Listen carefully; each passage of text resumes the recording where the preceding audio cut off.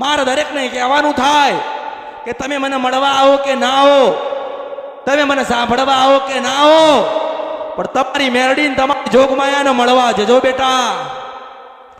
મને એવું સજ નહીં મને કોણ મળવા આવશે, મને કેટલા મળવા આવશે, મને ક્યારે મળવા આવશે. અરે તમે બધા મારા ને હું તમારી છું.